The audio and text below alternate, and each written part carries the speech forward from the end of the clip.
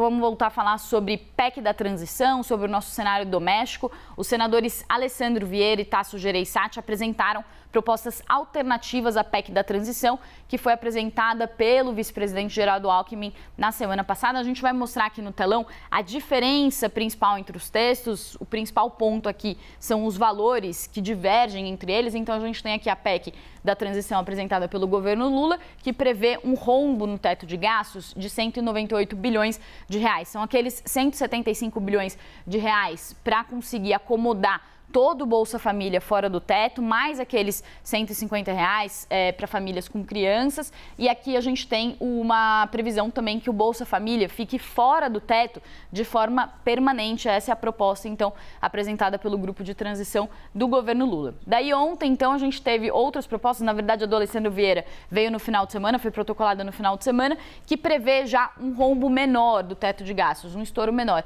de 70 bilhões, que seria o suficiente para fazer tanto a ampliação do Auxílio Brasil de 400 para 600 reais, quanto incorporar também os 150 reais para as famílias com crianças. O Bolsa Família ficaria fora do teto pelo menos em 2023. E o Tasso Gereissati também apresentando uma outra proposta alternativa, que seria de 80 bilhões de reais, também um rombo bem menor do que o previsto pelo governo Lula, com um Bolsa Família fora do teto de gastos de forma permanente. E eu chamo aqui para a nossa conversa, para a gente repercutir essas diferentes propostas, o economista Murilo Viana, que é especialista em contas públicas. Murilo, obrigada pela sua participação mais uma vez aqui no CNN Money. Bom dia, Priscila. Bom dia, telespectadores. É sempre um prazer estar aqui com vocês. Murilo, vamos lá. Então, a gente tem essas PECs, você estava me dizendo agora há pouco que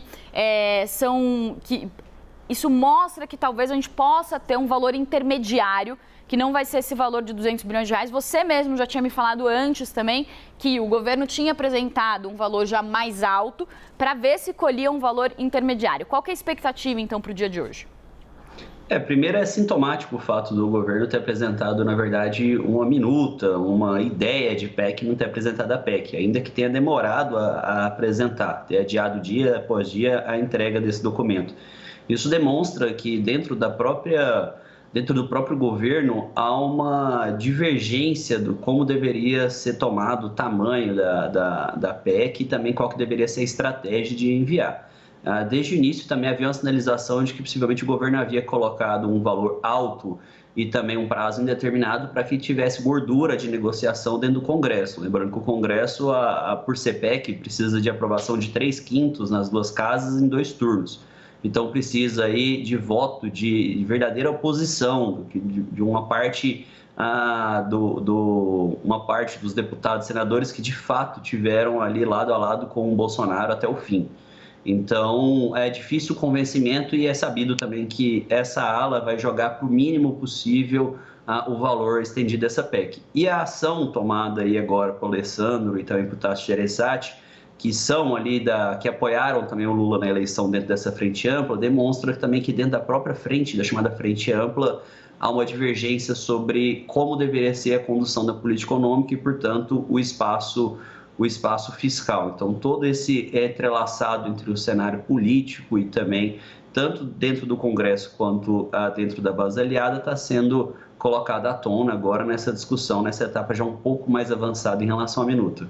E Murilo, além desses valores que não são um consenso, que talvez a gente tenha uma sinalização mais clara de quanto que deve ficar a PEC, além da questão de prazo, se vai ser uma retirada do auxílio do teto de gasto de forma permanente ou não, uma outra questão também que preocupa os economistas é a questão de qual que vai ser a moeda de troca que o Centrão vai pedir. Então, se o Centrão vai pedir para institucionalizar o orçamento secreto, o Centrão já está fazendo até uma mobilização para aumentar o valor das emendas de relator, inclusive em 2022. Quais que são as perspectivas também em relação a essa questão de orçamento secreto e dessa moeda de troca do Centrão?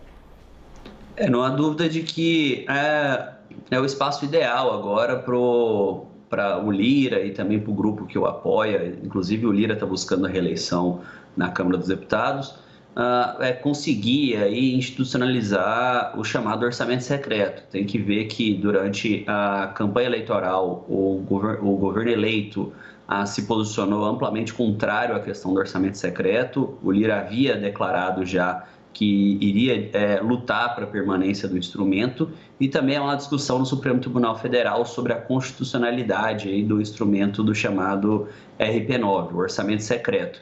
E a forma de se blindar esse instrumento é por meio de uma reforma constitucional que se dá por meio de uma PEC.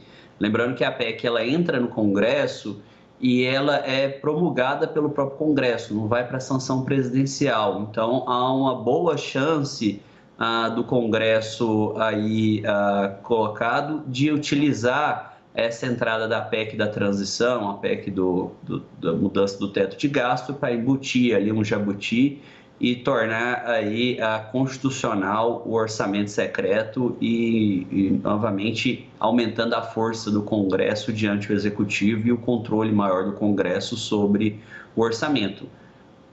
É por isso que não à toa muitos economistas, inclusive analistas políticos, dizem que o grande problema do nosso país é mais o centrão do que governo A, governo B, né? Ou o tipo de governo centrão sempre está presente aí, encarecendo muito o custo das nossas contas públicas.